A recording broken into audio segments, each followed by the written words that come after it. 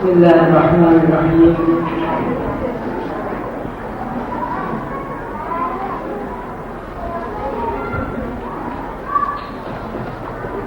اس عید اور مبارک تقریب میں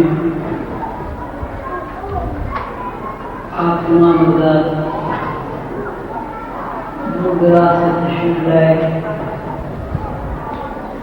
مسلسل 1 گھنٹے تک نہایت عقیدت و احترام، ادب، خلوص اور وقت کے حساب کے حوالے سے محفل کے آداب کو مربوط رکھتے ہوئے آپ نے عظیمی دوستوں کی تقاریر سنی. ہدیہ نعت جو حضور سرور کائنات علیہ السلام پیش کیا گیا وہ بھی آپ نے سنا. اس ماضی دور میں اتنی دیر تک نہایت ادب کے ساتھ، عقیدت کے ساتھ، نظم و ضبط کے ساتھ کسی مجلس میں بیٹھ اس بات کی شہادت ہے کہ ہمارے دلوں میں اللہ کی محبوب سیدنا حضور علیہ السلام کی محبت جاگتی ہے. ہم یہ چاہتے ہیں کہ جس طرح اللہ تعالیٰ اپنے محبوب محمد رسول اللہ صلی اللہ علیہ وسلم سے محبت کرتا ہے، اس محبت کا عکس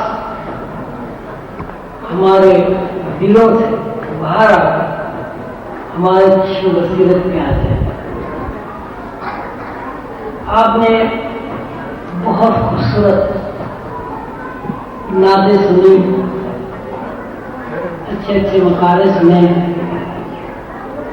سیدنا حضور صلی اللہ علیہ وسلم کی سیرت کے ہر پہلو پر کچھ نہ کچھ کہا گیا. سائنسی دنیا کے بارے میں بھی گفتگو ہوئی. سیدنا حضور صلی اللہ علیہ وسلم کی روحانی حیثیت بھی سامنے آئی. حضور صلی اللہ علیہ وسلم بحیثیت فاتح، بحیثیت جرنیل، بحیثیت سرپرست خاندان کے سرپرست، بحیثیت باپ، بحیثیت شوق، بحیثیت تاجر، مقررین نے سیرت طیبہ کے ہر پہلو کو سامنے رکھ کر اپنی بدعت کے مطابق بہت کچھ کہا.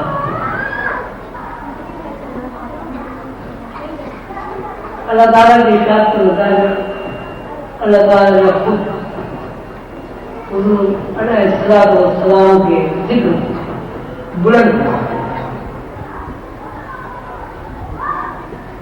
اس ذات پاک کے ذکر کو اللہ تعالیٰ بلند فرما دے. اس ذات پاک کے بارے میں کسی کا کچھ کہنا محض عقیدت ہو سکتی ہے، لیکن پھر واقع اس کو احاطہ نہیں کر سکتا، اس لیے کہ اللہ تعالیٰ کے فرمانے کے بعد وہ رفعنا لگے ذکر ہے. کوئی بھی ایسی ہستی نہیں ہے جو حضور پاک صلی اللہ علیہ وسلم کی سیرت کے بارے میں اتنی تفصیل بیان کر دے کہ حضور کی سیرت کا احاطہ ممکن ہو. لیکن جیسے جیسے زمانہ گزرتا گیا حضور پاک صلی اللہ علیہ وسلم کے کوشش کی لوگوں نے، پہلے صحابہ کرام نے، پھر تابعین نے، اس کے بعد تبع تابعین نے، اس کے بعد مشائخ نے، اولیاء اللہ نے مفکرین نے، محدثین نے، مفسرین نے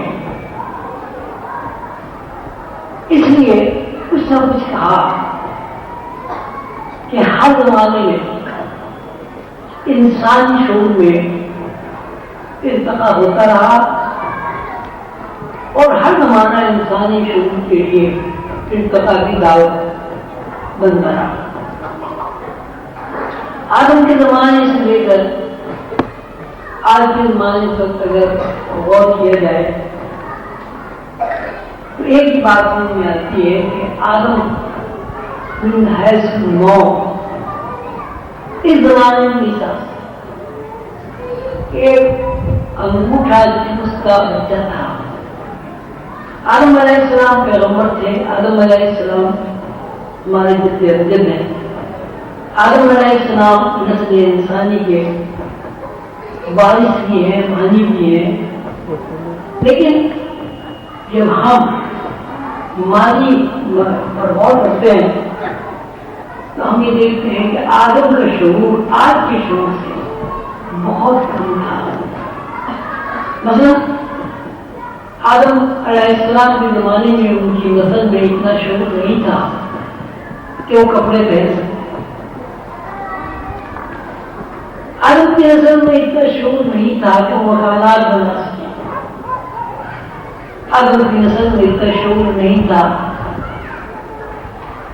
کہ وہ زندگی کے ارتقائی پہلو کو اس طرح پھیلا جائے کہ آدم کی اس نسل کو ہم ترقی یافتہ نسل کہہ سکتے۔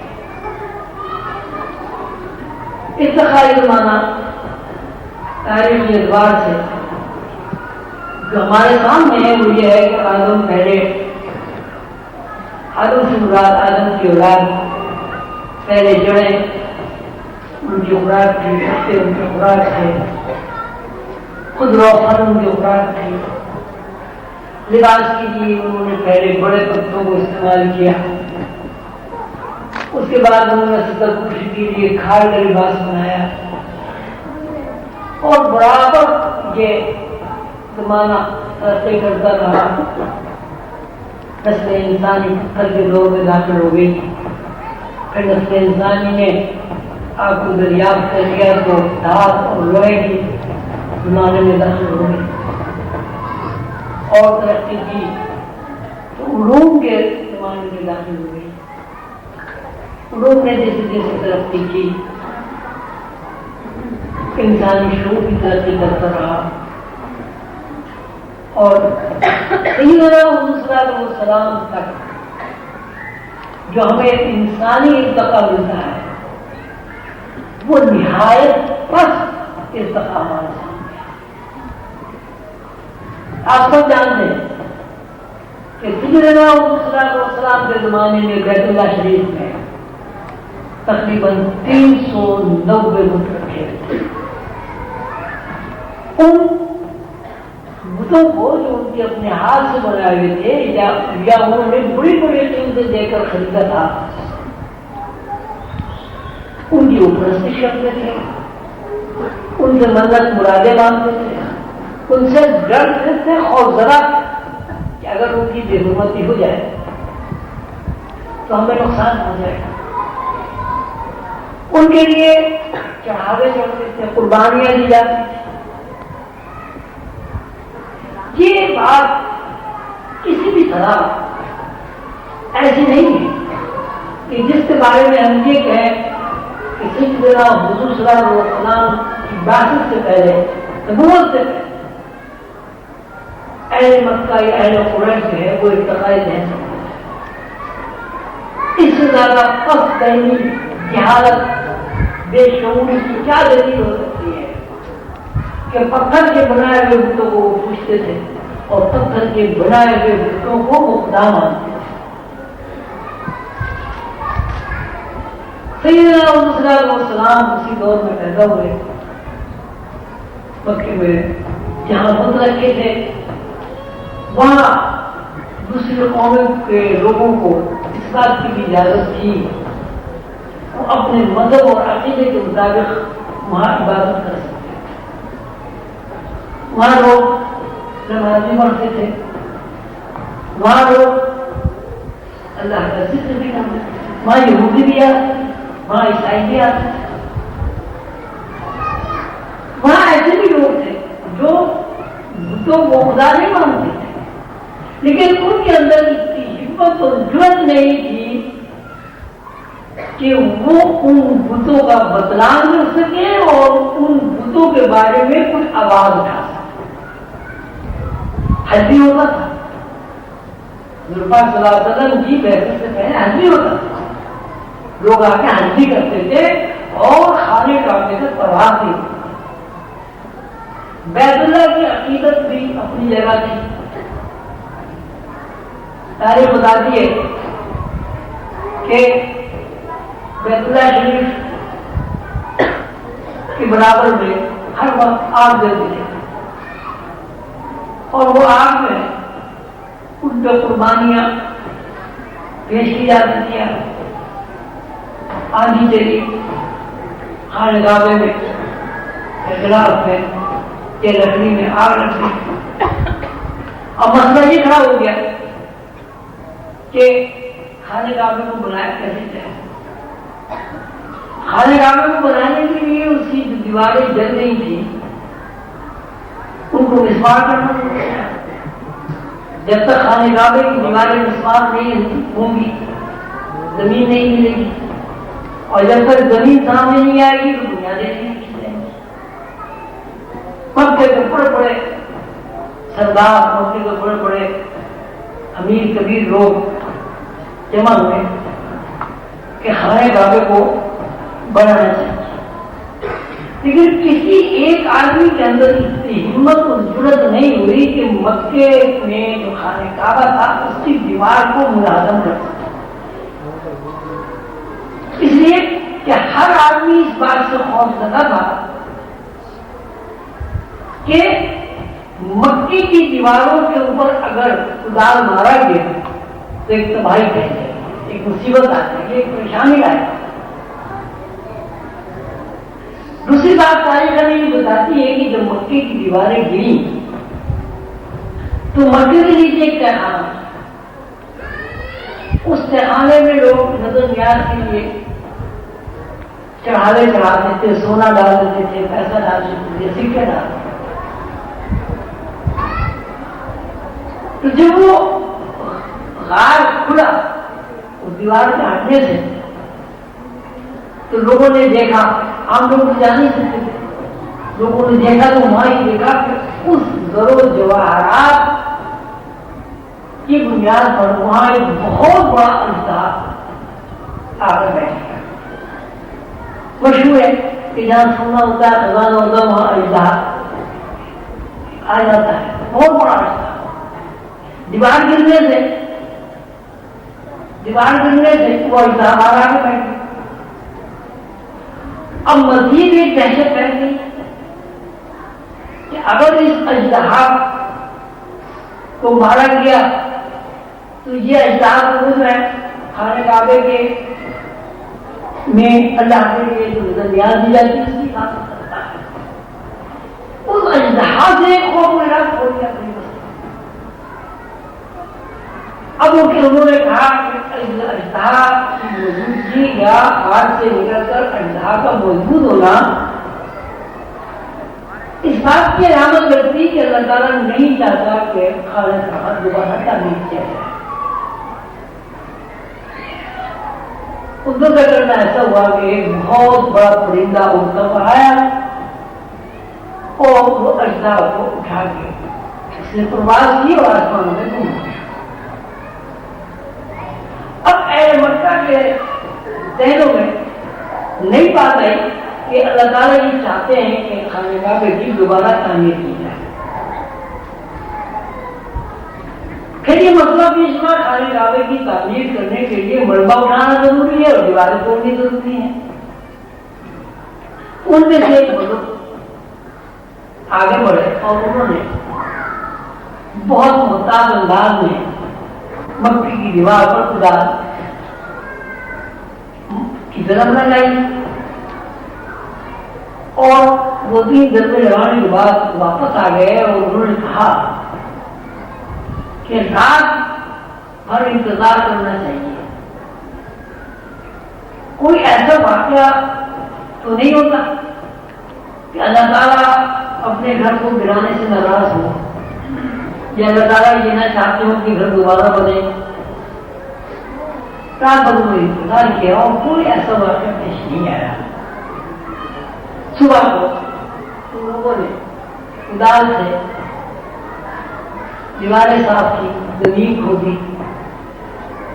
زمین کی گہرائی میں انہیں سخت پتھر ملا, بڑا پکا سخت. اب ذہن میں کی بات آ گئی کہ یہ بنیادیں ہمیں مل گئی ہیں جو حضرت ابراہیم علیہ السلام نے خانہ کعبے کی, اور ان بنیادوں پر خانہ کعبے کی تعمیر کی. خانہ کعبے کی تعمیر کے بعد پھر اس سے اتارا. یعنی آپ غور کریں, انسانی شعور کے اوپر آپ غور کریں. ایک طرف اللہ کے گھر کی اتنی عظمت ہے ان کے دل میں کہ وہ دیوار پہ کدال نہیں مارنا چاہتے, اور ایک طرف ذہنی پسماندگی اور جہالت اتنی ہے کہ حضرت ابراہیم علیہ السلام کی رکھی ہوئی بنیادوں پر خانہ کعبہ تعمیر ہو گیا, اور پھر اس نے دوبارہ چھوٹے چھوٹے ملک, کوئی 360 کہتا ہے, کوئی 390 کہتا ہے. ہر دن کے حساب سے 2 کو کنار وہ خانے کعبے کی چھت ہے. اس سے ثابت ہوا کہ سیدنا حضور صلی اللہ علیہ وسلم کے زمانے میں نوع انسانی کا شعوری ارتقا کچھ نہیں, ایک جہالت کا. پھر آپ یہ بھی غور فرمائیں کہ جہالت کی یہ بھی حالت تھا. لڑکیاں پیدا ہوتی تھی انہیں زندہ نہ ہو سکتے تھے, یہ کیا ہے؟ قتل و خون کی عام بات ہے. مال لوٹ لینا, چھین لینا عام بات تھی. لوگوں کو پکڑ کر غلام بنا کر فروخت کر دینا عام بات تھی. اور کیونکہ منڈیاں لگتی تھی, عورتیں اس طرح بکتی تھیں جیسے بھیڑ بکریاں بکتی. تو ظاہر ہے جہاں عورتوں کی خرید و فروخت ہو, جہاں مردوں کو غلام بنا دیا جائے, جہاں کوئی قانون نہ ہو, جہاں لوٹ مار عام ہو, بیٹیوں کا قتل ایک رسم و رواج بن گیا ہو, اس قوم کو ہم ہرگز یہ نہیں کہہ سکتے وہ قوم باشعور تھی. وہ قوم ہرگز باشعور نہیں تھی. اور آدم سے لے کے مکے تک جو شعور منتقل ہوا, وہ شعور ہرگز اس قابل نہیں تھا کہ اس شعور کے بارے میں ہم یہ کہہ سکیں کہ مکے کے لوگ انسانی شعور تھے. سیدنا حضور صلی اللہ علیہ وسلم ایسے دور میں مبعوث ہوئے, اللہ تعالیٰ نے ایسے دور میں ان کو پیدا فرمایا کہ جہاں انسانیت ظلم اور جہالت کے علاوہ کچھ نہیں. حضور پاک صلی اللہ علیہ وسلم تشریف لائے. ایک مثال ہے, اسی تاریخ کا ایک حصہ ہے کہ جب انہوں نے دیواریں بنا لی, تعمیر پوری ہو گئی, تو سنگ اسد کا مسئلہ کھڑا ہو گیا کہ سنگ اسد کون رکھے. وہ قبیلوں کی جو برتری کا احساس ہے وہ سامنے آ گیا. اس نے کہا ہم رکھیں گے, اس نے کہا ہم رکھیں گے. نتیجہ یہ ہوا کہ تلواریں میاں سے باہر. پھر ایک اللہ کا بندہ, نیک بندہ وزیدہ کوئی بندہ اللہ کا بیچ میں ہے, اس نے کہا بھائی یہ کھانے کعبے میں فضلوں کو لیتی کیسی ہے, ایسا کرو کہ انتظار کرتے ہیں صبح کو جو پہلا شخص خانہ کعبے میں داخل ہوگا وہ جو کہے گا وہ فیصلہ ہمیں لوگوں نے اس بات کو سنا. صبح وقت سب سے پہلے جو شخص خانہ کعبے میں داخل ہوا وہ سیدنا حضور صلی اللہ علیہ وسلم کی داخل گرامی تھی. لوگوں میں شور بچ گیا, امین آ گیا, امین آ گیا, امین آ گیا, امین آ گیا. حضور صلی اللہ علیہ وسلم کو جب اس باتیں ظاہر ہوا کہ ہمارے ہیرا پہ جھگڑا ہے اور آپس میں قریشی سامنے ہے، تو حضور نے چادر منگائی. یہ سب مشہور واقعہ ہے. حضور نے چادر منگائی، چادر پہ کتا رکھا اور یہ کہا کہ جتنے بھی قبیلے کے لوگ ہیں ان میں سے ایک ایک آدمی اس چادر کو پکڑ لے اور اس کو اٹھائے. سب نے چادر کو اٹھایا.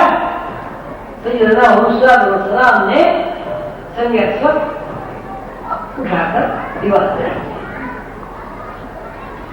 اس سے یہ پتہ چلا کہ حضور صلی اللہ علیہ وسلم کے بارے میں ان لوگوں کے دل میں عزت تھی، احترام تھا، تقدس تھا، لوگ انہیں امین مانتے.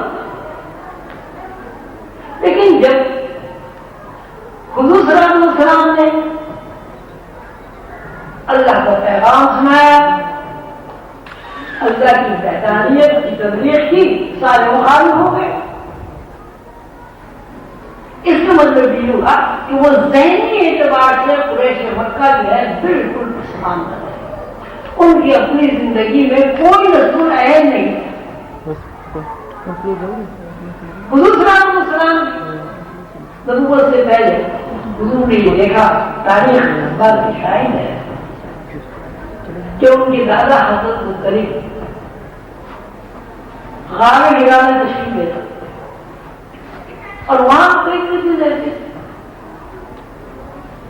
حضور صلی اللہ علیہ وسلم نے ایک پروگرام بنایا، وہ یہ کہ رمضان کا پورا مہینہ غار حرا میں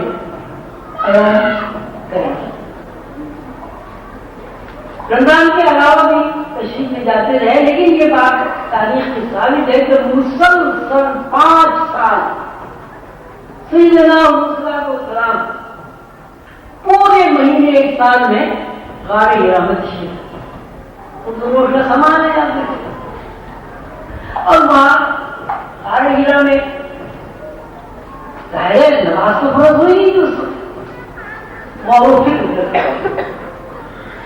بڑی حیرت ناک بات ہے اور بڑی پرمسرت حیرت ہے کہ عربی میں ہیرا کہتے ہیں ریسرچ کو، تحقیقات کو. اور جبل نور جہاں ہیرا ہے، جبل نور کا مطلب ہے روشنی کا پہاڑ. پہاڑ سے مراد اللہ محدود، یعنی رسول اللہ صلی اللہ علیہ وسلم غار حرا میں لامحدود روشنی کو تلاش کرنے کے لیے اللہ کی آیات میں تجسس ہوگا. حرا مانے تحقیقات، جبل نور جبل مانے پہاڑ، مانے روشنی. یہ مسلسل 5 سال تک ہوتا رہا اور پورے ایک مہینہ حضور پاک صلی اللہ علیہ وسلم رمضان میں غار حرا میں تشریف رکھتے. بیچ میں بھی جاتے آپ نے 5ویں سال حضور پاک صلی اللہ علیہ وسلم کے اندر جب تحقیقات اپنے عروج پر پہنچ گئی، جب حضور کا ذہن مبارک نقطۂ وحدانیت میں جذب ہو گیا، جب حضور پاک صلی اللہ علیہ وسلم کے لیے اللہ تعالیٰ کے دیدار کے علاوہ کوئی تصور قائم نہیں رہا، مادیت سے ذہن منقطع ہو گیا، تو اللہ تعالیٰ نے حضرت جبریل علیہ السلام کو بھیج دیا. حضرت جبریل علیہ السلام تشریف لائے، یہ بھی آپ سب کو پتا ہے. فرمایا اقرا بسم ربک الذی، اقرا. حضور فرمایا کہ پڑھا نہیں. حضور پاک کو حضرت جبریل نے اپنے سینے سے لگایا اور بھیجا. حضور کو گرمی بھی محسوس ہوئی، حضور کو شدت بھی محسوس ہوئی. پھر کہا حضور نے پھر فرمایا میں تو پڑھا نہیں. تیسری بار حضور پاک صلی اللہ علیہ وسلم کو حضرت جبریل علیہ السلام نے اپنے سینے سے لگا کر پوری شدت کے ساتھ اپنے سینے سے لگا کر جذب کرنے کی کوشش کی اور فرمایا اقرأ بسم ربک الذی خلق، خلق الانسان من علق. پڑھ اپنے رب کے حکم سے. اس میں تجھے تخلیق کیا الگ ہے. ابھی الگ سے میرے میں کرتی حضور پاک صلی اللہ علیہ وسلم کی جو تخلیق میرے میں کرتی ہے آپ سب لوگ جانتے ہیں 22 تخلیق کائنات ہے. اللہ تعالیٰ نے اپنے بعد اگر کوئی چیز پیدا کی اپنے نور سے تو رسول اللہ صلی اللہ علیہ وسلم. اللہ کے بعد اس کائنات میں اگر کوئی ہستی میڈیم ہے وہ رسول اللہ صلی اللہ علیہ وسلم.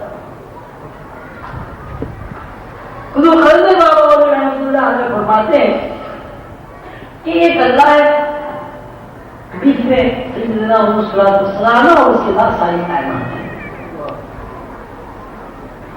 میں نے عرض کیا کہ حضور اس کی وجہ کیا ہے؟ حضور صلی اللہ علیہ وسلم نے فرمایا اس کی وجہ بہت سادی ہے، عام ہے. اللہ تعالیٰ نے جب اس کائنات کو بنایا تو جو کچھ اللہ تعالیٰ کے ذہن میں تھا اس کو بتایا آپ تم ہو جا بن جاتا ہے.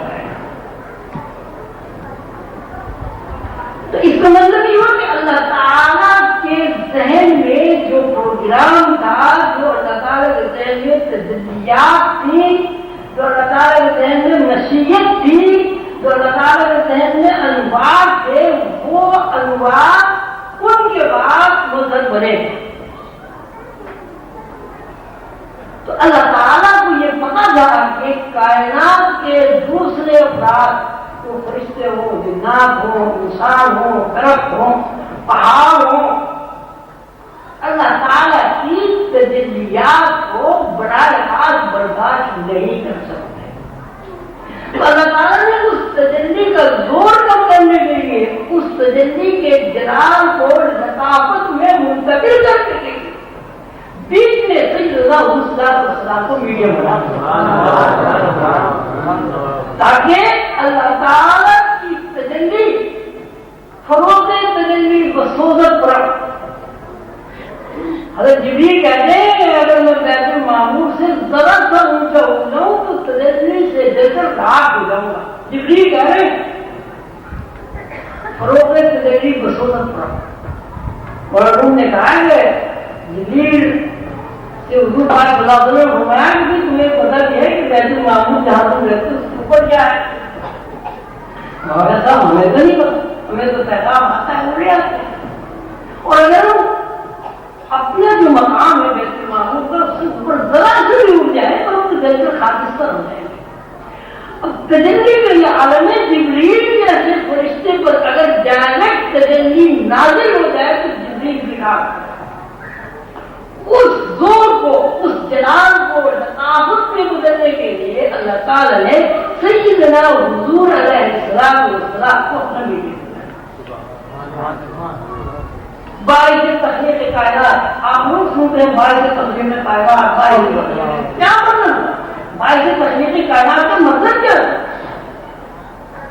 باعث تخلیق کائنات کا مقصد یہ ہے کہ جب تک اللہ تعالیٰ کی تجلی ان کی شکل میں سیدنا حضور علیہ السلام کے ذہن مبارک سے نہیں گزر جاتی کائنات کا ایک جگہ تخلیق نہیں.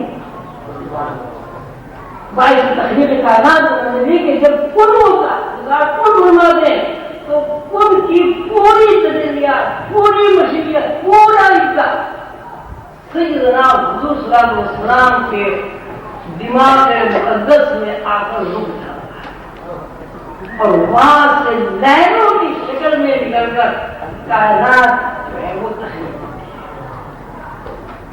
تو حضور پاک صلی اللہ علیہ وسلم باعث تخلیق کائنات ہے.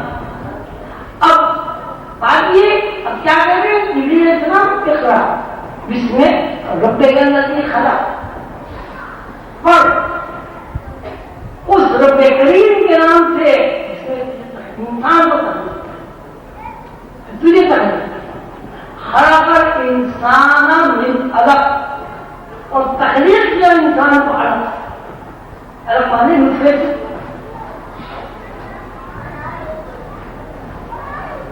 یہ جو جبریل علیہ السلام نے کہا خلق الانسان من علق، انسان کو نہیں، مطلب یہ کہ حضور کا جو شعور ہے، مادی شعور، اس شعور میں وہ اتنا پیدا کرنا چاہتے ہیں اللہ تعالیٰ کہ جس سے جبریل بھی بنا، یعنی انسان کو جس چیز سے پیدا کیا اس کا تذکرہ کر رہے جبریل علیہ السلام کہ تمہیں اللہ تعالیٰ نے جو پیغام دینا ہے، تمہیں جو نبوت سے سرفراز کیا گیا ہے، تمہاری ایک پوزیشن تو وہ ہے مقام محمود میں، اور دوسری پوزیشن اس زمین پر ہے کہ تم الگ سے بنے، لیکن تمہیں اللہ تعالیٰ نے تخلیق کی شکار بنا دیا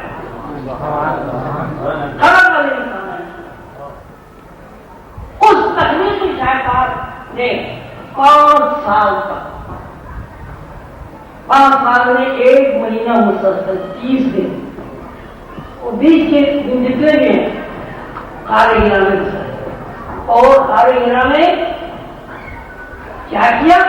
غار ہرا میں اللہ تعالیٰ کے معاملات پر غور کیا، کائنات سے متعلق جو سوالات ضرور آتے ہوں گے، بھی کائنات کیوں بنی، کس نے بنائی، آدمی پیدا کیوں ہوتا ہے، مر کیوں جاتا ہے، میری پیدائش کا یا انسانوں کی پیدائش کا یا کائنات کی پیدائش کا مقصد کیا ہے، یہ ستارے کیا ہیں، یہ چاند کیا ہے، یہ سورج کیا ہے، یہ زمین کیا ہے، ان سوالات کو سمجھنے کے لیے، ان سوالات کے جوابات حاصل کرنے کے لیے، ان سوالات کے اوپر ریسرچ کرنے کے لیے، ان سوالات کے اندر جو اللہ تعالیٰ کے انوار اور روشنیاں کام کر رہی ہیں، ان کا عرفان حاصل کرنے کے لیے حضور صلی اللہ علیہ وسلم غار ہرا میں تشریف لائے، اور وہاں غار ہرا میں وہ تحقیقات کرتے، ہر سال سیدنا حضور صلی اللہ علیہ وسلم کی ولادت کی مبارک مقدس دن بے شمار محفلیں ہوتی ہیں، بے شمار محفلیں ہوتی ہیں، ہر شخص اپنے اپنے حساب کے مطابق سیدنا حضور صلی اللہ علیہ وسلم کو خلاف تحسین پیش کرتا ہے، وہ سب بہت اچھی چیزیں ہیں، بڑا اس میں تقدس ہے، اس سے حضور پاک صلی اللہ علیہ وسلم کی امت میں حضور پاک صلی اللہ علیہ وسلم کی محبت بڑھتی ہے، محبت میں اضافہ ہوتا ہے، اس انسان کے اندر پیدا ہوتا ہے، لیکن اس کے ساتھ ہماری ایک ذمہ داری یہ بھی ہے کہ سیدنا حضور صلی اللہ علیہ وسلم غار ہرا میں جو ریسرچ کرتے تھے کائنات کے تخلیق کائنات کے اوپر، تخلیق انسان کے اوپر، اجزام سماوی کے اوپر، امتی ہونے کی بنیاد پر ہمارا بھی یہ فرض ہے کہ ہم بھی غار ہرا کی سنت کو دوہرائیں، غار ہرا میں رسول اللہ صلی اللہ علیہ وسلم جو اللہ کی آیات کا تفکر کرتے ہیں، ہم بھی اللہ کے انسانوں کو غور و فکر کرتے ہیں۔ اگر ہم رسول اللہ صلی اللہ علیہ وسلم کی طرز فکر کو اپنا کر غار ہرا کی سنت پر عمل کریں، یعنی تحقیقات کریں۔ اب آپ دیکھیں یہ جو دنیا ہے سائنسی دنیا کے علاوہ، سائنس کا مطلب ہے ڈھونڈنا، تلاش کرنا، کھوج لگانا، کسی چیز کی ماہیت سے استفادہ کرنا، کسی چیز کی ماہیت سے قلب کو تبدیل کر دینا، ایک چیز سے 1000 چیزیں بنا لینا، یہ سائنس۔ تو سائنس کا مطلب یہ ہے کہ وہ تحقیقات کرتے ہیں، اور جب وہ تحقیقات کرتے ہیں، آپ دیکھیں جس قوم میں تحقیقات آ گئی وہ قوم یافتہ ہو گئی، ترقی یافتہ ہو گئی، اور جس قوم کے اندر سے ریسرچ نکل گئی، تحقیق نکل گئی، وہ قوم برباد ہو گئی۔ جبکہ ہمارا حصہ یہ ہے کہ سیدنا حضور صلی اللہ علیہ وسلم نے مسلسل 5 سال یہ عمل کر کے اپنی امت کو دعوت دی ہے کہ وہ بھی اللہ کی آیاتوں میں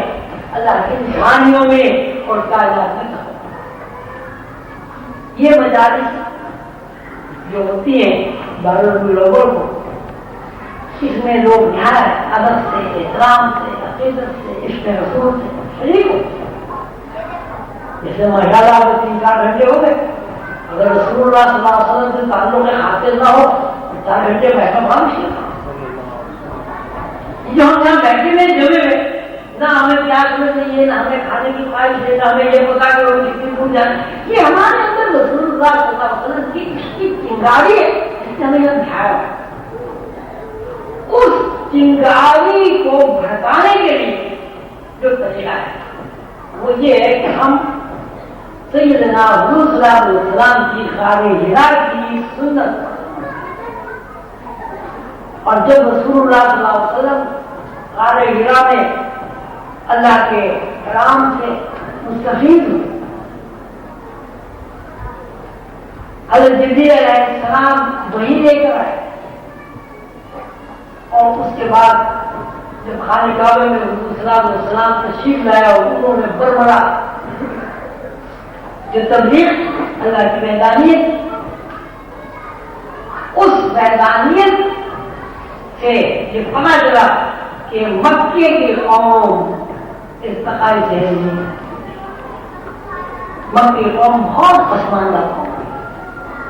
سیدنا علیہ السلام کو تکلیفیں پہنچائیں، ان کا بائیکاٹ کیا، کھانا پینا بند کر دیا، اور انتہا یہ کہ حضور پاک صلی اللہ علیہ وسلم کو مکہ چھوڑنا۔ اگر ہم رسول اللہ صلی اللہ علیہ وسلم کی امت تو ہے، لیکن اگر ہم رسول اللہ صلی اللہ علیہ وسلم کی ریسرچ والی تعلیمات پر عمل نہیں کریں گے تو اس کا مطلب یہ ہے کہ ابھی ہمیں بھی ذہنی ارتقا نصیب نہیں۔ کیوں ارتقا؟ سیدنا حضور علیہ السلام اپنی امت سے جاتے ہیں وہ اپنے حاصل، اس کے اصول کا یہی ہے کہ ہم یہ دیکھیں کہ ہمارا سیدنا حضور صلی اللہ علیہ وسلم سے لفظی تعلق کتنا ہے، قلبی اور روحانی تعلق ہے۔ اللہ تعالیٰ سے ہمارا لفظی تعلق کتنا ہے اور قلبی اور روحانی تعلق کتنا ہے، یہ محاسبہ کرنے سے کہ ہمارا تعلق اللہ تعالیٰ سے کتنا ہے روحانی اور سیدنا حضور صلی اللہ علیہ وسلم سے کتنا ہے، اس کے لیے غور و فکر کی ضرورت ہے۔ پھر وہی ریسرچ ہوتا ہے۔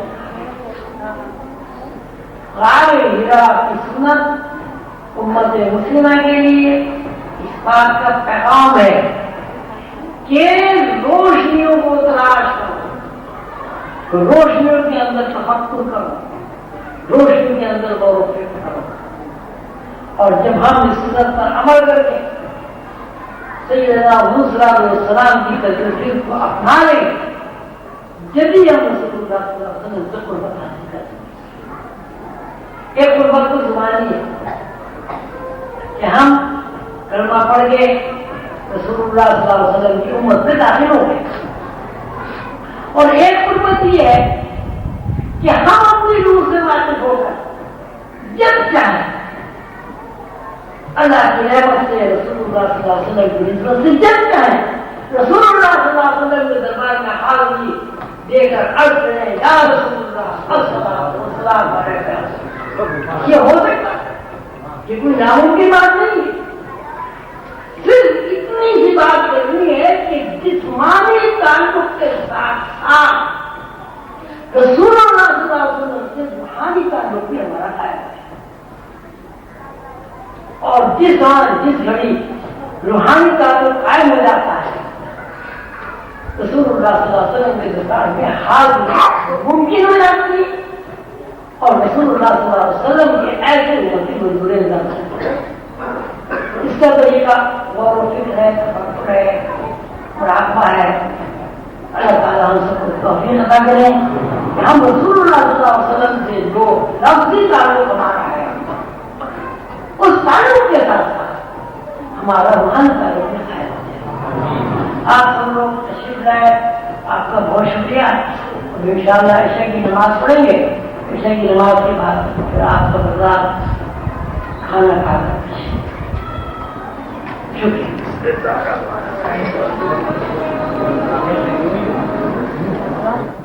اپنے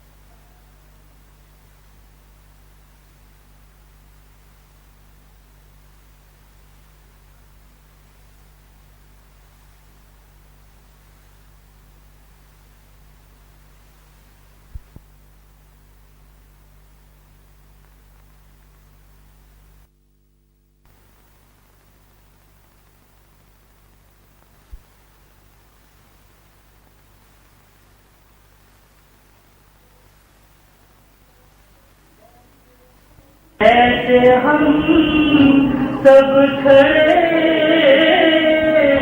یہاں پر بولا ایک دل ایسا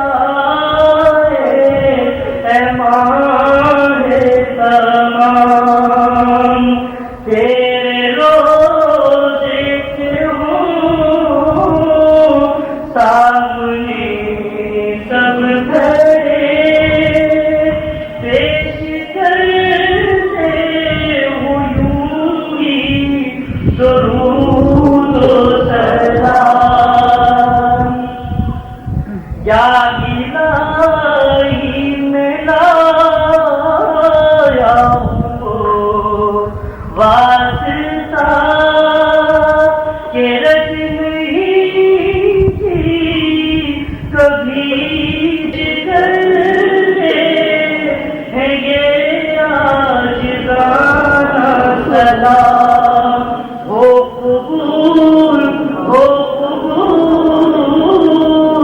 یہ صلاۃ و سلام ہو قبول یہ صلاۃ و سلام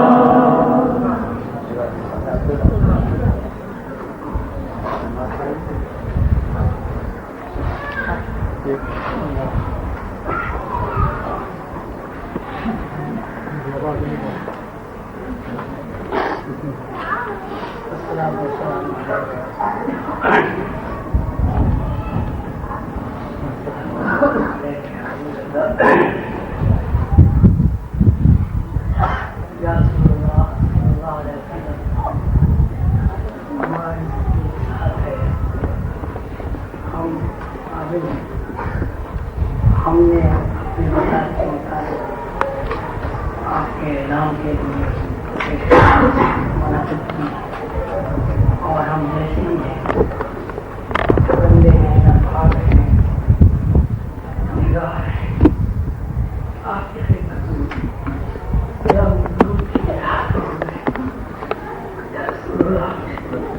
ہر آدمی کو قبول رسول اللہ صلی اللہ علیہ وسلم آپ شہر المسلمین ہے رحمۃ اللہ علیہ ہم آپ کے امتی بلا شک آپ کے معیار کو پورے نہیں کرے یا رسول اللہ صلی اللہ علیہ وسلم ہمیں اپنی نسبت کہ ہم آپ کے نقش قدم کو کر کر آپ کو خوش ہیں یا رسول اللہ صلی اللہ علیہ وسلم آپ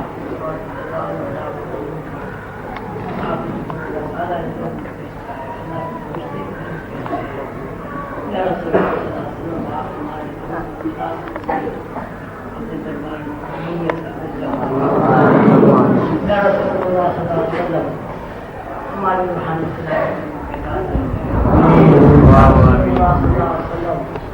ہمیں ایسی نظر عطا فرما کہ جب ہمارا دل ہے ہم آپ کی جماعت کا مشاہدہ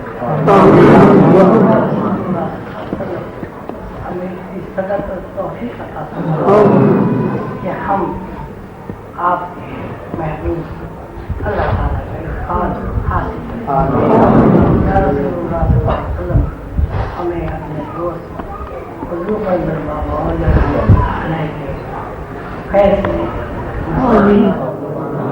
امت کو توفیق عطا فرما یا رسول اللہ صلی اللہ علیہ وسلم ہمیں توفیق عطا فرما کہ ہم آپ کے نقش قدم آپ کے مشن کی آبیاری اپنے خون کا ایک قطرہ یا رسول اللہ صلی اللہ علیہ وسلم آپ کے مشن کی ہمارے جانوں پر نظر یا رسول اللہ صلی اللہ علیہ وسلم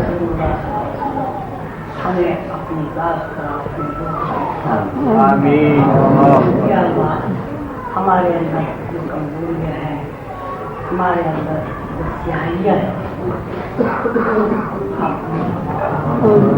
ہم اس قابل تو نہیں ہیں لیکن بعض آپ کے نام دیوا ہے آپ کے ہیں یا اللہ ہمیں چھوٹے بڑے گناہوں سے معاف یا اللہ ہمیں یا اللہ ہمارے اندر سے تعصب غفلت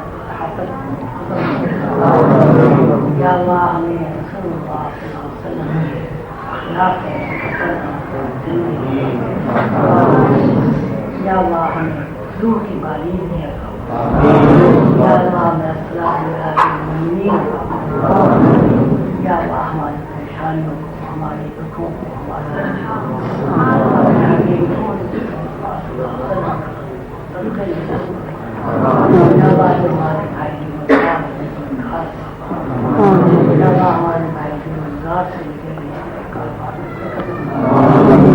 یا اللہ ہماری اولاد کو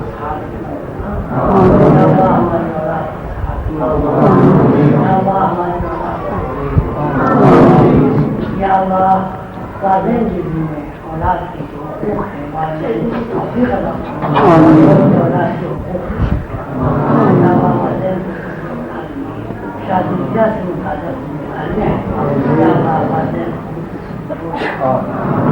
اللهم ربنا آتنا في الدنيا حسنة وفي الآخرة حسنة اللهم ربنا ظلمنا أنفسنا وإن تغفر لنا وترحمنا ربي اجعلني مقيم الصلاة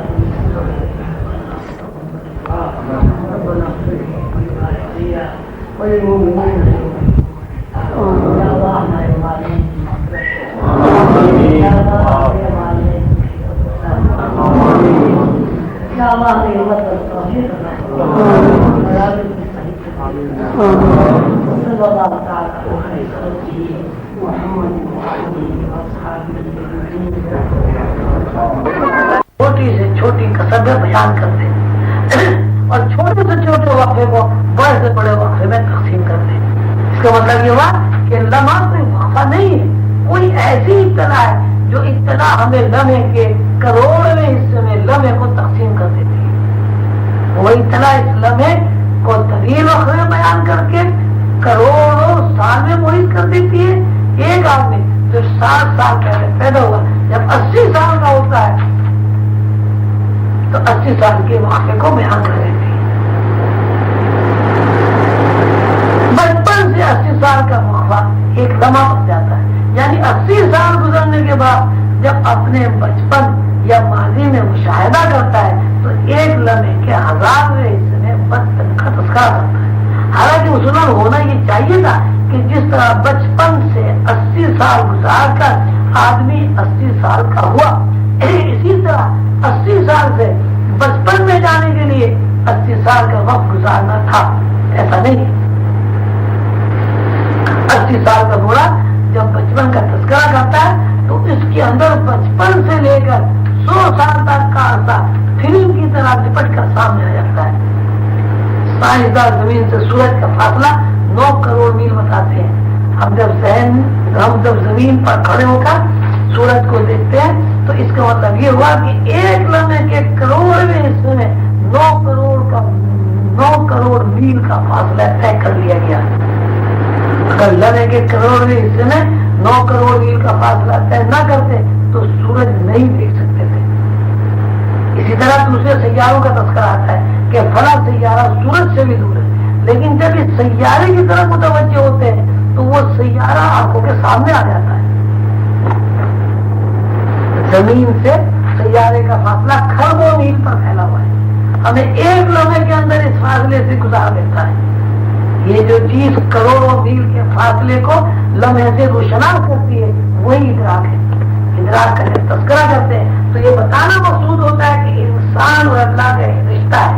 وہ رشتہ ایسا ہے اس میں کسی قسم کا بوجھ نہیں ہوتا, لیکن چونکہ ہم نے ادراک کے نقطۂ نظر سے ادراک کی تقسیم کو بڑے سے بڑا وقفہ تسلیم کر لیا ہے, اس لیے اللہ کے اور بندے کے درمیان بظاہر دوری نظر آتی ہے.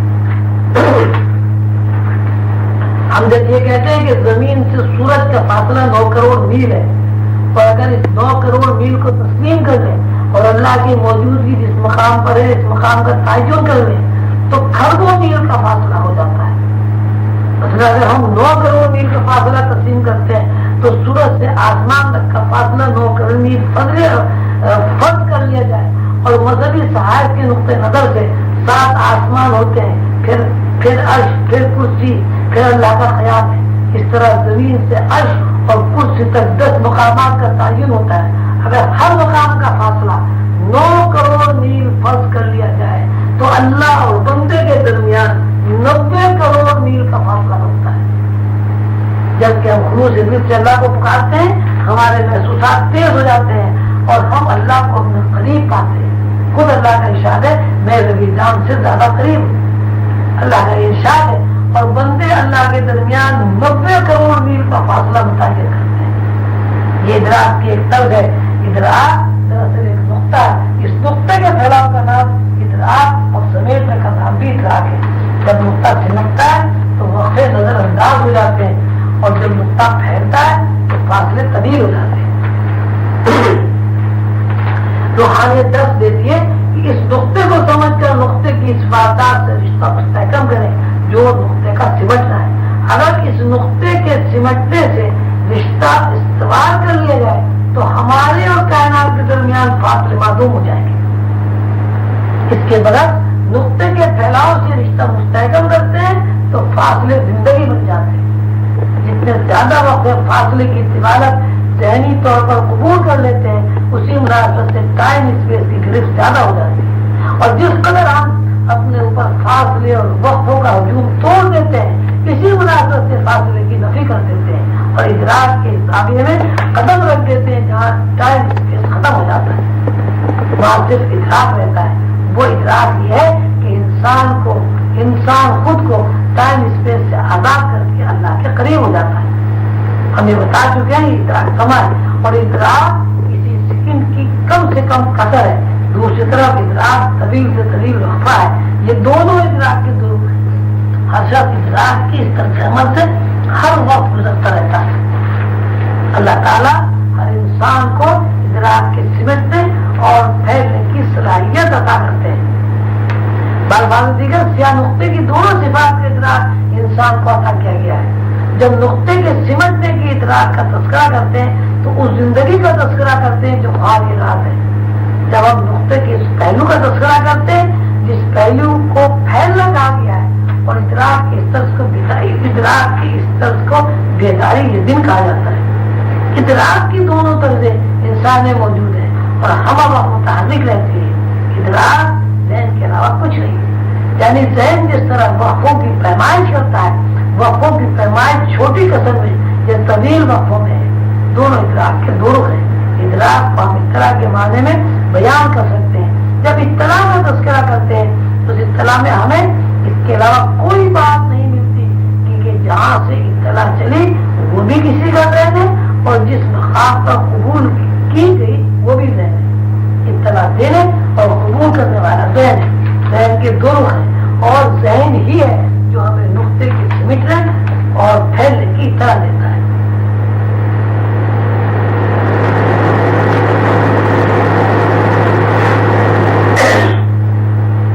ہیروشیما پہاڑیوں کا تذکرہ حمدہ بابا نے کیا ہے. فرماتے ہیں ایک ذہن کہتا ہے کہ فنا ہونے والی پہاڑیوں کی عمر 2 کھرب سال ہے. یہ 2 کھرب سال کہاں سے آئے؟ کس نے بتایا کہ 2 کھرب سال ان پہاڑیوں کی عمر ہے؟ کوئی فرد واحد 2 کھرب سال تک زندہ نہیں رہتا اور نہ یہ ممکن ہے کہ 2 کھرب سال تک تاریخ ذخیرہ ہو. جب انسان اس اطلاع کو سمجھنے کی کوشش کرتا ہے تو ہمیں پتہ چلتا ہے کہ انسانی شعور اتنا ناقص ہے کہ 5000 سال کی تاریخ موجود نہیں ہے. اور جب انسان کے پاس 5000 سال کی تاریخ موجود نہیں ہے تو یہ کیسے 2 کھرب سال ہے؟ یہ کس طرح کہہ سکتا ہے کہ پہاڑیوں کو 2 کھرب سال گزر گئے؟ اس کا مطلب یہ ہوا کہ 2 کھرب سال کا تذکرہ کرنا یہ 2 کھرب سال کی عمر کا تعین محض ایک اطلاع ہے. اس کے اطلاع کے علاوہ کوئی حیثیت نہیں. اگر 1 سال کو 1 یونٹ قرار دیا جائے تو 2 کھرب کو 2 کھرب سال یونٹ کہا جائے گا. مطلب یہ ہوا کہ ادراک نے ایک احساس کو 2 کھرب حصوں پر تقسیم کر دیا. یہ ایک اطلاع ہے لیکن اس کی تلاوت 2 کھرب سال کا زمانہ ہے. 2 کھرب سال کسی نے نہیں دیکھے. 2 کھرب سال کے زمانے کو کسی طرح ذہن کے اندر محسوس نہیں کیا جا سکتا.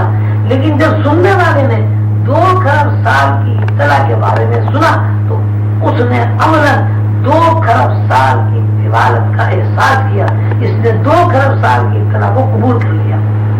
ہیروشیما کی پہاڑیوں کی عمر 2 کھرب سال ہے، اس کو یوں کہیں گے کہ ادراک کے 1 سیکنڈ میں 2 کھرب سال کا پیمانہ موجود ہے۔ 2 کھرب سال کس طرح ہے، 2 کھرب سال کب گزرے، 2 کھرب سال کس نے گزارے، اس بات کو بیان کرنے کے لیے کوئی دلیل نہیں ہے، محض اطلاع ہے۔ ایسی اطلاع جس کی ادراک کی طوالت 1 سیکنڈ سے زیادہ نہیں ہے، لیکن ذہنی اطلاع کو قبول کیا اور قبول کرنے کے بعد 2 کھرب سال کی طوالت کا احساس کر لیا۔ مطلب یہ ہے کہ بڑے سے بڑے وقفہ ہو یا چھوٹے سے چھوٹا وقفہ ہو، اس کی پیمائش کا اگر ذریعہ ہے تو وہ صرف ذہن ہے۔ یہ ذہن ہی ہے جس کو ہم کائنات کہہ سکتے ہیں۔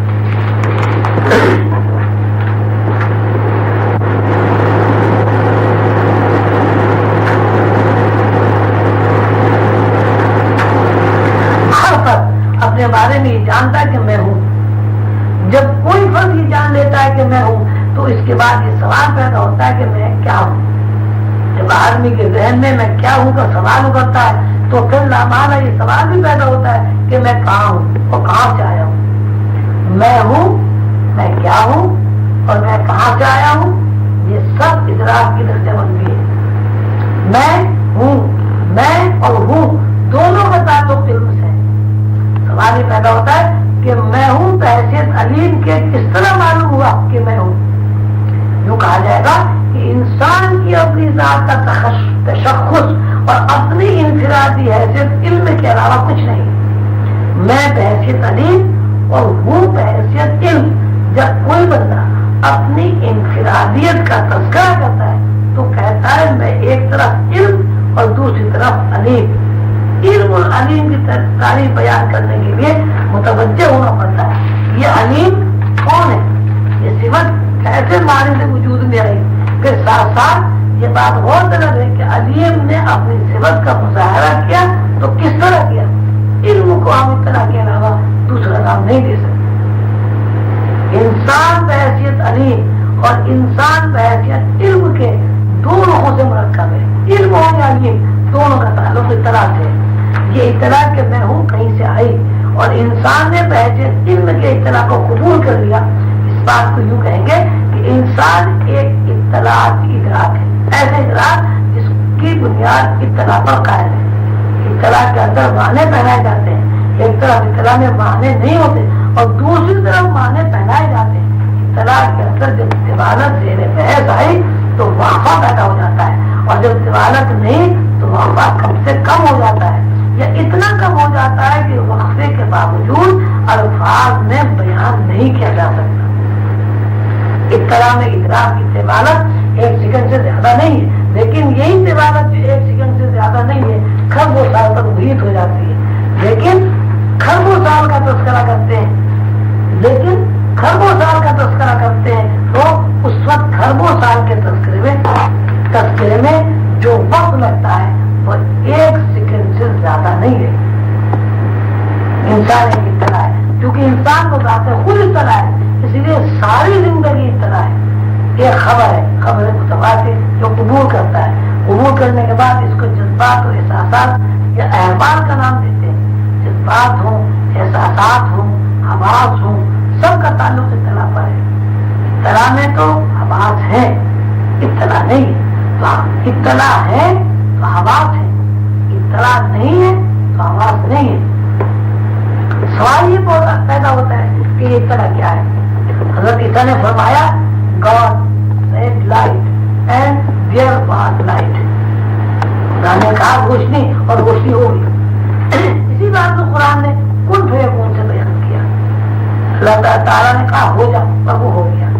اور جب لفظ اللہ کا تذکرہ کرتے تو اللہ کو روشنی کے علاوہ کوئی نام نہیں دیتے۔ کرم آج بالائے بام گیا ہے، کرم آج بالائے بام گیا ہے، زباں پر محمد کا نام آ گیا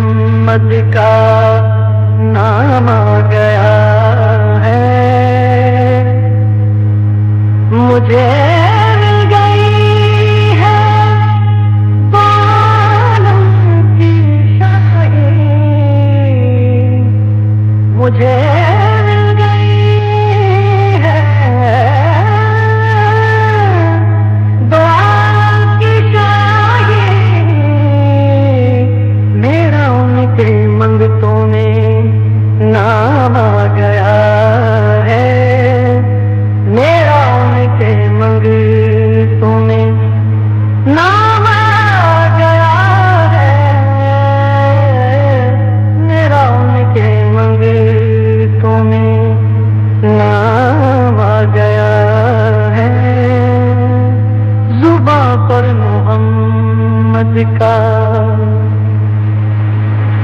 میرے پاس کچھ بھی نہ تھا روز میں میرے پاس کچھ بھی نہ تھا روز میں نبی کا وسیلہ ہی کام آ گیا ہے نبی کا وسیلہ ہی کام آ گیا ہے زباں پر محمد کا درودوں کی بارش ہے کام کا پر درودوں کی بارش ہے کام کا پر کہ آج انبیاء کا امام آ گیا ہے کہ آج انبیاء کا امام آ گیا ہے زباں پر محمد کا نام آ گیا ہے مزہ جب ہے سرکار محشر میں کہنے مزہ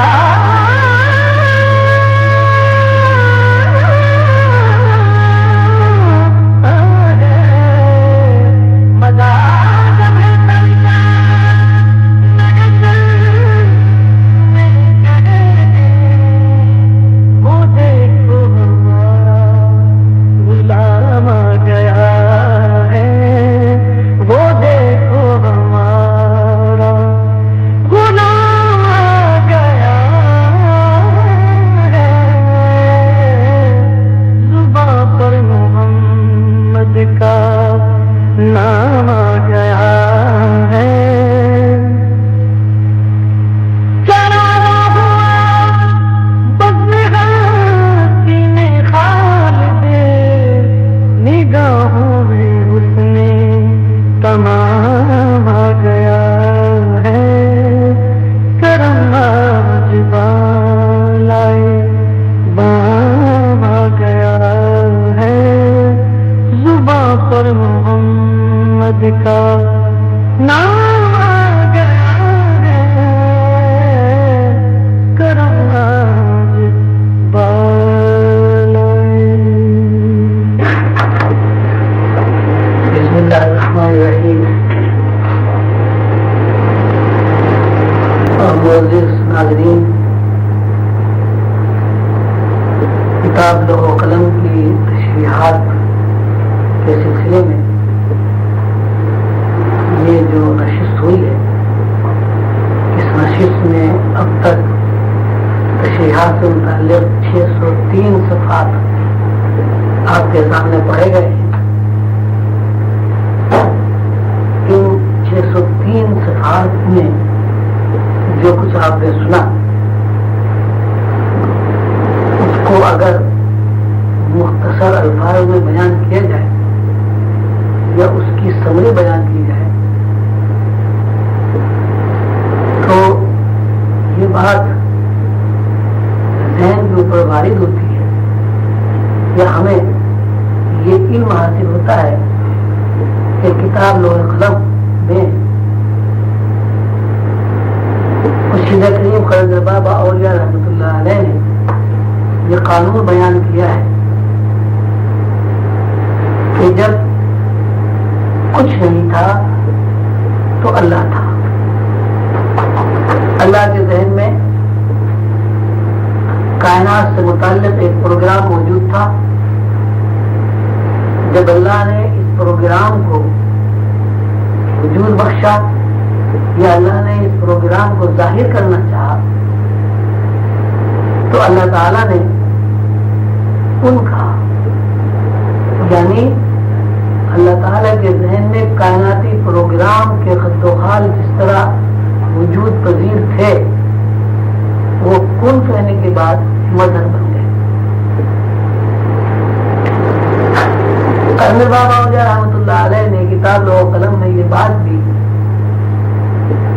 کئی مثالوں کے ساتھ بیان کی ہے کہ اللہ تعالیٰ نے یہ کائنات جو بنائی، اس کائنات کو بنانے کا واحد مقصد یہ ہے کہ اللہ تعالیٰ یہ چاہتے ہیں کہ بحیثیت رب کے، بحیثیت خالق کے، بحیثیت ایک بہت بڑے صنعتکار کے، صناع کے، اللہ تعالیٰ کو پہچانا جائے. یہ ساری کتاب لوح و قلم ان غیب کے پردوں کو ہٹاتی ہے جو پردے غیب میں جانے کے لیے اس طرح حائل ہیں کہ انسان کی نظر پردوں کے پیچھے نہیں دیکھ سکتی. یہ بات کہ اللہ تعالیٰ نے کائنات اس لیے بنائی کہ اللہ تعالیٰ کو پہچانا جائے بہت آسان ہے، لیکن اللہ تعالیٰ نے جس طرح یہ کائنات بنائی اور اللہ تعالیٰ نے اپنی پہچان کے لیے جو قاعدے اور ضابطے بنائے اور ان قاعدوں اور ضابطوں میں جو اسرار و رموز پوشیدہ کر دیے وہ قرآن کی زبان میں معاد کہلاتے ہیں. اور حضور قلندر بابا اولیاء رحمۃ اللہ علیہ نے اسی معاد کی تشریحات میں اللہ کے ذہن کو کہیں زمانے غیر متواتر کہا ہے، کہیں واجب الوجود کہا ہے، کہیں زمانے غیر متواتر کو نقطہ وحدانی کہا ہے، اور آخر میں اللہ تعالیٰ کے ذہن کو، یعنی جس ذہن میں کائنات کے نقوش موجود تھے اور جہاں سے یہ نقوش چل کر کسی بساط پر ظاہر ہوئے، اس کو نقطہ سیاہ کہا ہے. نقطہ سیاہ کی تشریح کرتے ہوئے یہ بتایا گیا ہے کہ اللہ تعالیٰ کے ذہن کو اگر ایک نقطہ تصور کر لیا جائے تو یہ ساری کائنات جو ہے وہ اللہ کے ذہن میں موجود ہے. جس طرح کائنات وجود میں آنے سے پہلے اللہ کے ذہن میں موجود تھی، اسی طرح آج بھی موجود ہے. اس لیے کہ اگر اللہ کے ذہن سے وابستگی اور اللہ کے ذہن کے ساتھ جو کائنات کا رشتہ قائم ہے وہ رشتہ ٹوٹ جائے تو کائنات کا وجود زیر بحث نہیں آئے گا اور کائنات ختم ہو جائے گا. اس کا مطلب یہ ہوا کہ یہاں زمین پر موجود جو بھی شے اس شے کی تخلیق اس طرح عمل میں آئی کہ وہ پہلے اللہ کے ذہن میں موجود تھی، اور اب اس تخلیق کی موجودگی میں جو زندگی اور حرکات و سکنات ہیں اس کا یہ قانون بنا کہ وہ آج بھی اللہ کے ذہن کے ساتھ ہم رشتہ ہے. اس کا مطلب یہ ہوا کہ کائنات جاری و ساری ہے، جس کو ہم ازل کہتے ہیں. ازل کے بارے میں یہ تصور کیا جاتا ہے کہ اربوں خربوں سنکھوں سال پہلے اللہ نے کن کہا اور کائنات بن گئی. کتاب و قلم کے مطالعے کے بعد یہ بات نشین ہو جاتی ہے کہ ازل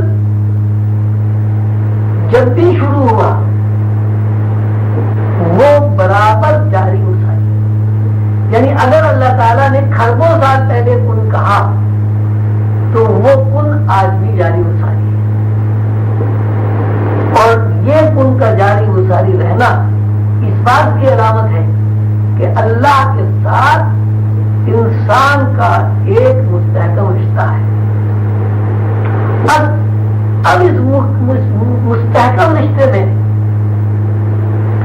جب انسان شعوری کیفیات کو اور عقلوں کو سب کو سمجھ لیتا ہے تو اللہ سے وہ مستحکم رشتہ اس کی نظروں سے اوجھل ہو جاتا ہے. انسان عقل و شعور کی کیفیات کو ایک عارضی اور فکشن سمجھ کر اس بات کو تلاش کر لیتا ہے کہ یہ عقل کہاں سے آ رہی ہے، شعور کہاں سے آ رہا ہے، تو اس کے اوپر یہ انکشاف ہوتا ہے کہ عقل و شعور دراصل اطلاعات کے اوپر قائم ہے۔ زندگی کا تجزیہ کرنے کے بعد یہی نتیجہ نکلتا ہے کہ جب ہم کھانا کھاتے ہیں تو کھانا اس وقت کھاتے ہیں جب ہمیں کھانا کھانے کی اطلاع دی جاتی ہے۔ اطلاع کہاں سے آتی ہے؟ یہ وہی اطلاع ہے جو ازل سے آ رہی ہے۔ تو اب یہ صورتحال ہوئی لوح قلم کے مطالعے کے بعد مختصر کہ ایک ازل ہے اور اس ازل کے اوپر یعنی ازل کو اگر ہم ایک سطح تصور کر لیں تو یوں کہیں گے کہ ایک سطح پر ساری کائنات کا پروگرام ریکارڈ ہے اور یہ سارا پروگرام جو ریکارڈ شدہ ہے یہ اعلیٰ سے اسفل کی طرف رجوع کر رہا ہے۔ اعلیٰ سے اسفل تک رجوع کرنے میں جو مراحل پیش آتے ہیں یا جو فہم و فراست کا ذریعہ بنتے ہیں، جو مقامات، وہ چار ہیں۔ ان چاروں کو رندر بابا اولیاء رحمۃ اللہ علیہ نے چار شعور کا نام دیا ہے۔ مطلب یہ ہے کہ ہر انسان جو اس دنیا میں موجود ہے وہ چار شعوروں میں زندگی بسر کر رہا ہے۔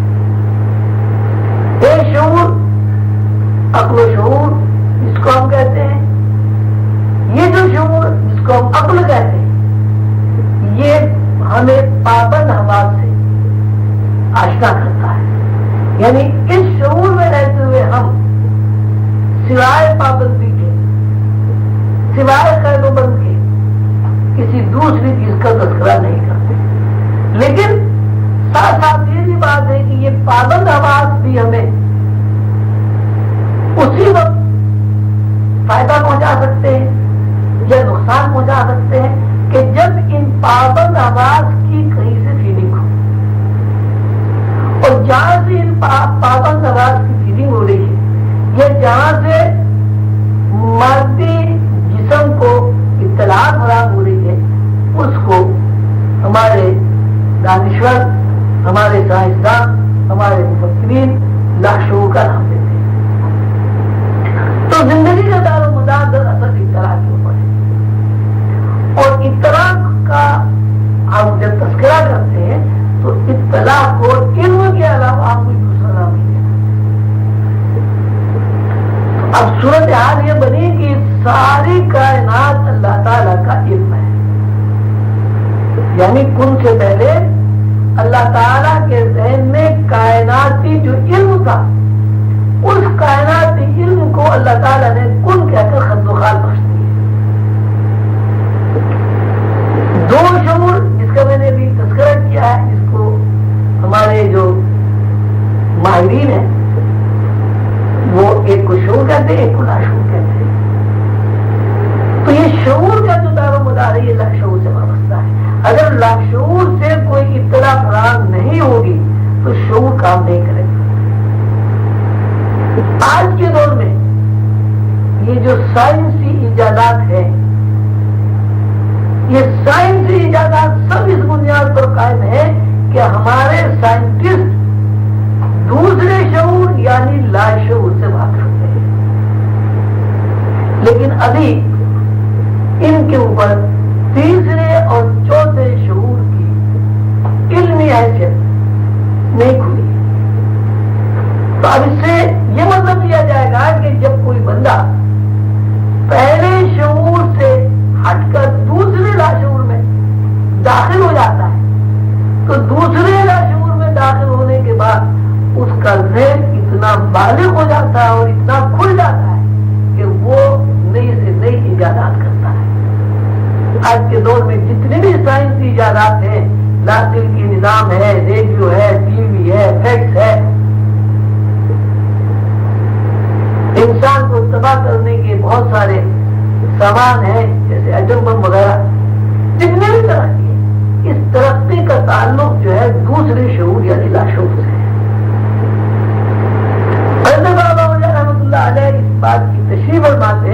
کہ انسان 4 شعور سے مرکب ہے. جب انسان پہلے شعور سے واقف ہوتا ہے وہ ٹائم اسپیس پہ بند ہو جاتا ہے. اس کی مجبوری یہ ہے کہ ٹائم اسپیس کی پابندی کے بغیر وہ ایک قدم بھی نہیں اٹھا سکتا. اور جب انسان دوسرے شعور سے واقف ہو جاتا ہے تو اس کے اوپر کائنات کے اندر جو چیزیں موجود ہیں ان چیزوں میں اللہ تعالیٰ نے جو صلاحیتیں رکھی ہیں، جو طاقت رکھی ہے، وہ اس کو حاصل ہو جاتی ہے اور ان کو جان لیتا ہے اور ان سے فائدہ پراپت ہوتا ہے. جیسے کہ آج کا سائنسدان دوسرے شعور یعنی لاشعور سے واقف ہو کر نئی سے نئی ترقی اور ایجادات کر رہا ہے. تیسرا شعور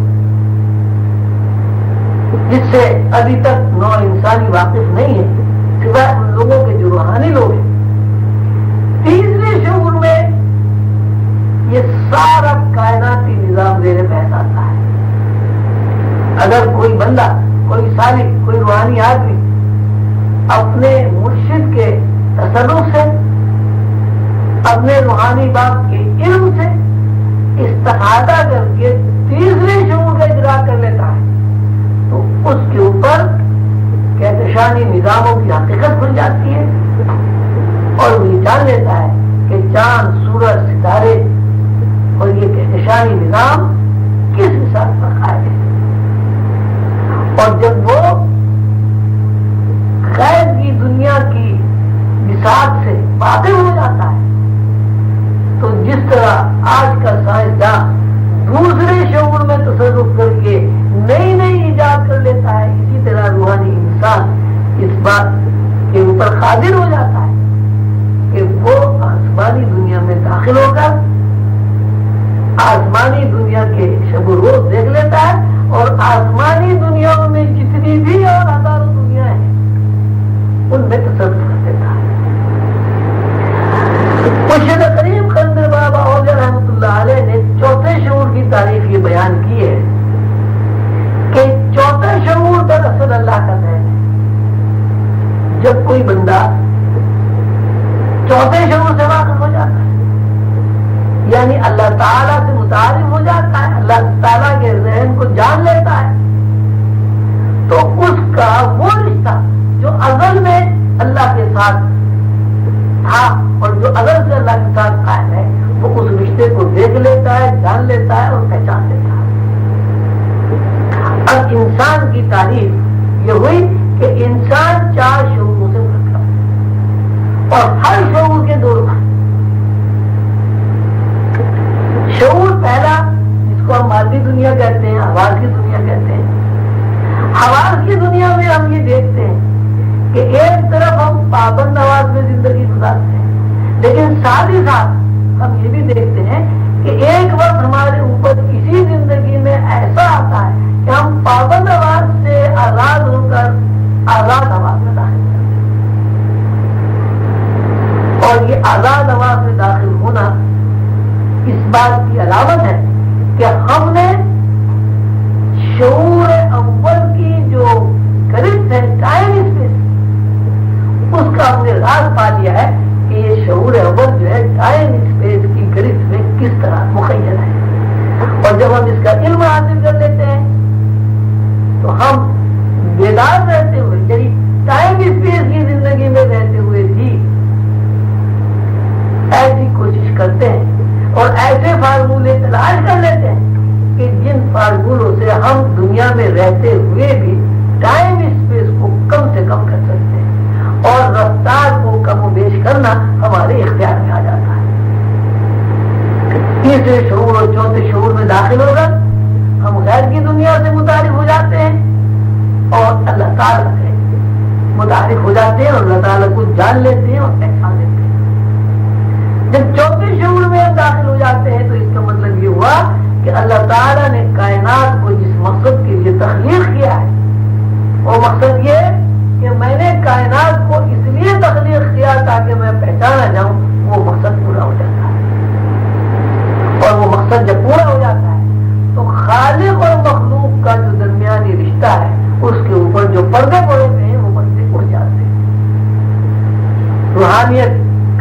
خدا، روحانیت کی تمام علوم، علم نبوت کے تمام علوم، علم لدنی کے تمام علوم انسان کو اسی بات پر آمادہ کرتے ہیں اور انسان کو اسی راستے پر چلاتے ہیں کہ انسان کا وہ رشتہ جو ازل میں اللہ کے ساتھ قائم ہو گیا ہے، اس رشتے کو انسان تلاش کرتے ہیں۔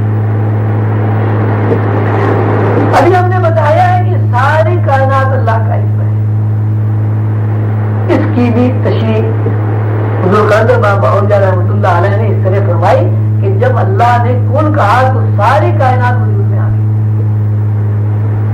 پھر اللہ تعالیٰ نے کائنات کے سکون کو توڑنے کے لیے، کائنات کو بصارت عطا کرنے کے لیے، کائنات کو نگاہ منتقل کرنے کے لیے خود کو کائنات کے سامنے پیش کیا، اور کائنات کے سامنے خود کو پیش کر کے اللہ تعالیٰ نے فرمایا الست بربکم، میں تمہارا رب ہوں۔ اس کا مطلب یہ ہوا کہ جب کائنات تخلیق ہوئی تو کائنات تو تخلیق ہو گئی، لیکن کائنات کو یہ علم نہیں تھا کہ میں کیا ہوں، کون ہوں، کہاں ہوں۔ اللہ تعالیٰ نے خود کو کائنات کے سامنے کر کے اس کو آواز دی، اس کو مخاطب کیا اور فرمایا میں تمہارا رب ہوں۔ یعنی کائنات کو پہلا علم یہ حاصل ہوا کہ اس نے اللہ کی آواز سنی، اور دوسرا علم یہ حاصل ہوا کہ اس نے اللہ کو دیکھا۔ آواز سن کر اللہ کو دیکھنا یہ ایک ادراک کا مرحلہ ہوا۔ اب ہم یوں کہیں کہ ساری کائنات جو ہے دراصل ایک ادراک ہے،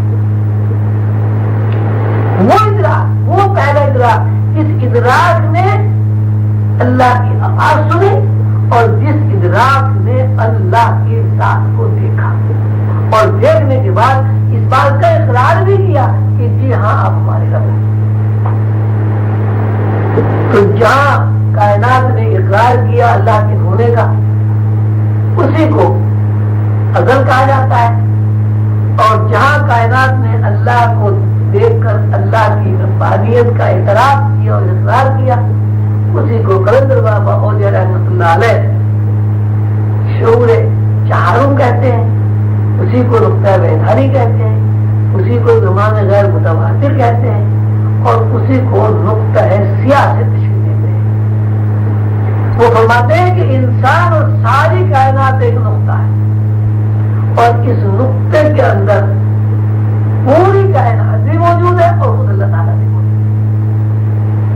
سالک جب اپنے اندر موجود اس نقطے کو تلاش کر لیتا ہے اور اس نقطے سے متعارف ہو جاتا ہے، تو وہ جب اپنے اندر موجود نقطے کے اندر جھانکتا ہے، یہ دیکھتا ہے، تو اسے نقطے میں ساری کائنات بھی نظر آتی ہے اور کائنات کے بنانے والی ہستی اللہ بھی اس کے تعارف میں آ جاتا ہے۔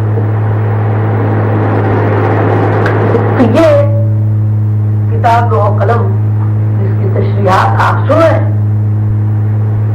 نو انسانی کو اس طرح متوجہ کرتی کہ اللہ سے جو رشتہ ہے انسان کا، وہ دوری کا رشتہ نہیں ہے، وہ ایسا رشتہ ہے کہ اللہ نے ہی انسان کو ساری کائنات کو سنبھالا ہوا ہے۔